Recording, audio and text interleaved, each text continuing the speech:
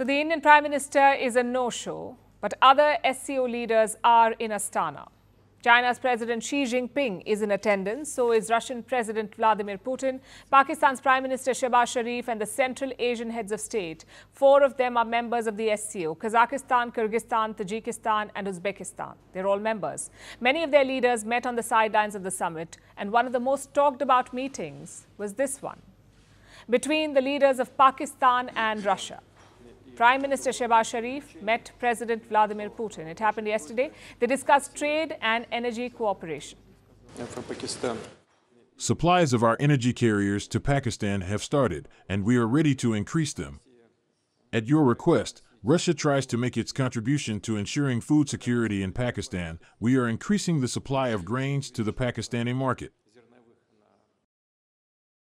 We used to import a lot of machinery and goods from erstwhile Soviet Russia, and we used to export textile, leather goods to your country, and it was under barter.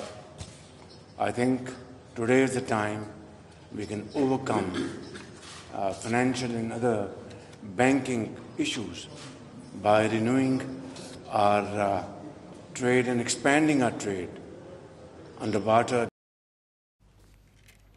Looks like a meeting of old friends, but it wasn't always so rosy between them. Pakistan and Russia were in opposite camps during the Cold War. Islamabad was aligned with America, Russia was closer to India. But a lot has changed since then. Global power equations and alliances have changed, and Russia and Pakistan have warmed up to each other. Last year, Islamabad struck a deal with Moscow to buy discounted Russian crude oil. This year, Moscow will ramp up its supplies to Pakistan, so Pakistan will get more cheap oil. Russia will be able to bypass sanctions and sell more of its oil. It's a win-win for both. But the meeting was not all business. There were a few awkward moments too, like this one.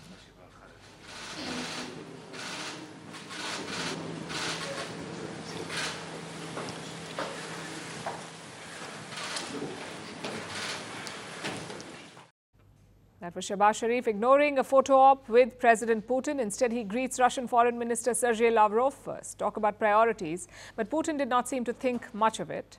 Well, we wouldn't know if he did. And Sharif is not new to such gaffes at SCO. Last year, he had a prolonged struggle with the earpiece. So that's one highlight from this summit, the Putin-Sharif meeting. The second one involves a new member. Last year it was Iran. It joined the SCO in 2023, Iran. This year it was Belarus's turn. Until 2022, the SCO had 8 members. Now it has 10.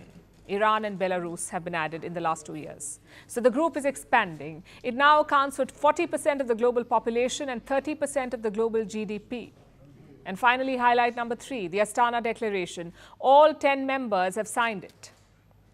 It's basically a joint statement. And what does it say? 3 major things. 1, the SCO mentions, and I'm quoting, tectonic shifts in global politics. It wants the group to play a bigger role. In other words, stand up to the West. Number 2, double standards on tackling terrorism. The SCO says it is unacceptable, which is a bit rich coming from a group where Pakistan is a member, but that's geopolitics for you, lofty statements and shady actions.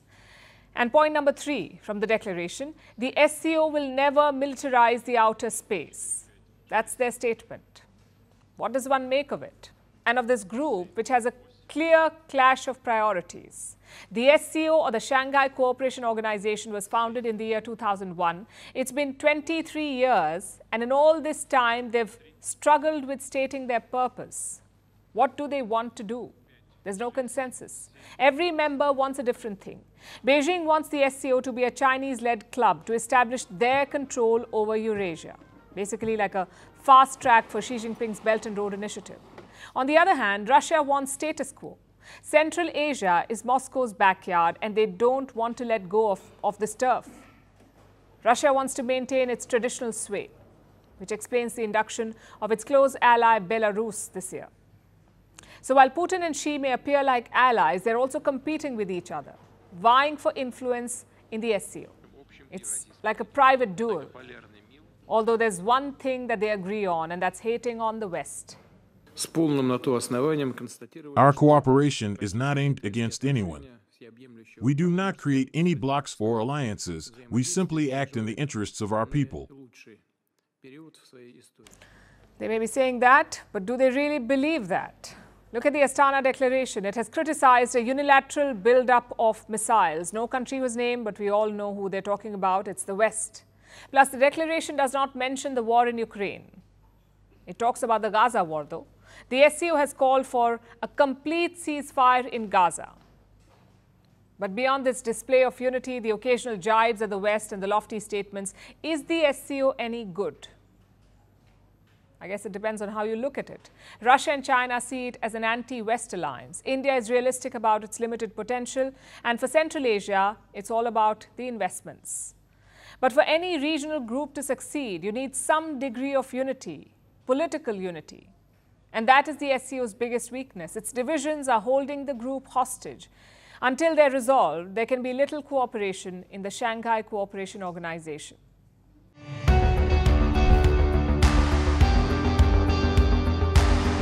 Across continents, one powerful news source. Bringing you diverse perspectives on the issues that matter.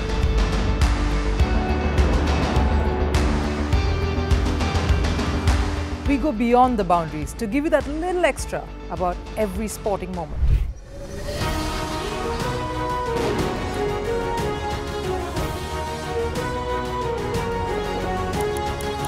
So thank you for making Firstpost 5 million strong. We're counting on your support, and you can trust us to bring you the news unfiltered and unvarnished.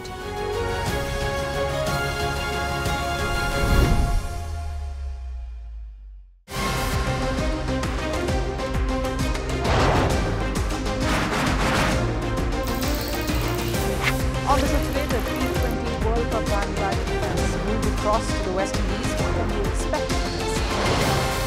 Hello, I'm Alison Green, coming to you from Durban, South Africa. Today we have a special show.